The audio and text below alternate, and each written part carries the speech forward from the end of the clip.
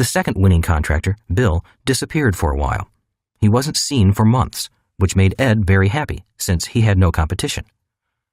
Instead of buying 2 buckets to compete with Ed, Bill wrote a business plan, created a corporation, found 4 investors, employed a president to do the work, and returned 6 months later with a construction crew. Within a year, his team had built a large-volume stainless steel pipeline which connected the village to the lake.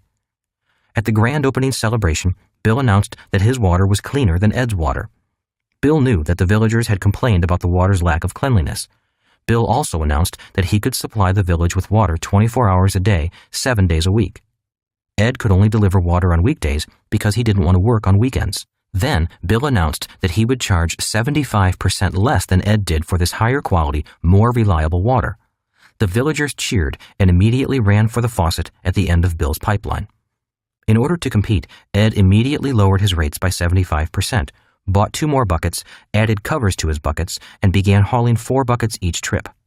In order to provide better service, he hired his 2 sons to give him a hand on the night shift and on weekends. When his boys went off to college, he said to them, "Hurry back, because someday this business will belong to you." For some reason, his 2 sons never returned. Eventually, Ed had employees and union problems.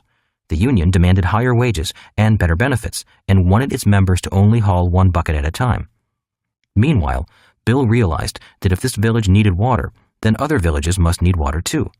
He rewrote his business plan and went off to sell his high-speed, high-volume, low-cost, clean water delivery system to villages throughout the world. He only makes a penny per bucket of water delivered, but he delivers billions of buckets of water every day.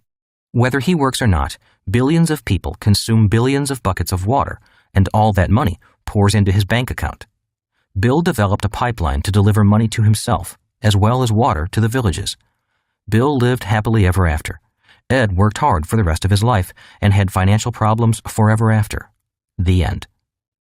That story about Bill and Ed has guided me for years. It has assisted me in my life's decision-making process. I often ask myself, am I building a pipeline or hauling buckets? Am I working hard or am I working smart? And the answers to those questions have made me financially free. That is what this book is about.